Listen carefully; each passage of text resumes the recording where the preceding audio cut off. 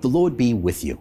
I'm Deacon Keith Fournier, and our first reading is taken from the second book of Samuel. But that very night, the word of Yahweh came to Nathan. Go and tell my servant David, Yahweh says this. Are you to build me a temple for me to live in? And when your days are over and you fall asleep with your ancestors, I shall appoint your heir, your own son, to succeed you, and I shall make his sovereignty secure. He will build a temple for my name, and I will make his royal throne secure forever. I shall be a father to him, and he a son to me. If he does wrong, I shall punish him with a rod such as men use, with blows such as mankind gives. Your dynasty and your sovereignty will ever stand firm before me, and your throne be forever secure.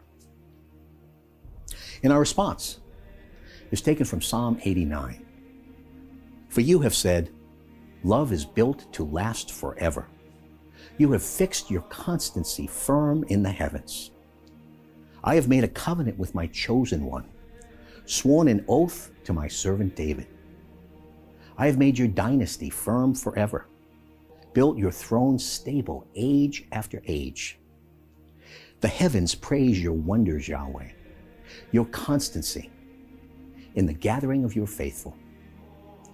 So I shall make him my firstborn, the highest of earthly kings. I have established his dynasty forever, his throne to be as lasting as the heavens.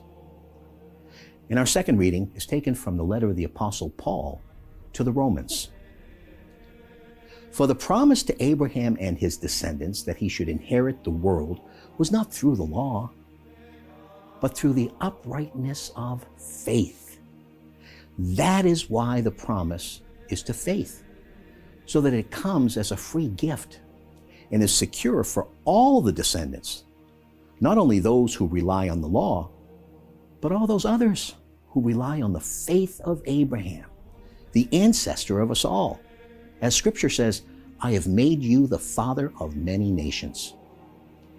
Abraham is our father in the eyes of God, in whom he put his faith, and who brings the dead to life and calls into existence what does not yet exist. Though there seemed no hope, he hoped and believed that he was to become father of many nations in fulfillment of the promise. Just so will your descendants be. This is the faith that was reckoned to him as uprightness. A reading from the Holy Gospel according to St. Luke. Every year, his parents used to go to Jerusalem for the feast of the Passover. When he was 12 years old, they went up for the feast as usual. When the days of the feast were over and they set off home, the boy Jesus stayed behind in Jerusalem without his parents knowing it. They assumed he was somewhere in the party, and it was only after a day's journey that they went to look for him among their relations and acquaintances.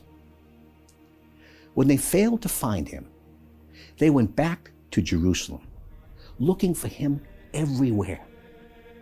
It happened that 3 days later, they found him in the temple, sitting among the teachers, listening to them and asking them questions. And all those who heard him were astounded at his intelligence and his replies. They were overcome when they saw him. And his mother said to him, "My child, why have you done this to us?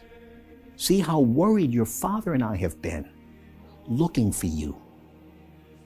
He replied, "Why were you looking for me? Did you not know that I must be in my Father's house?" But they did not understand what he meant. He went down with them then and came to Nazareth and lived under their authority.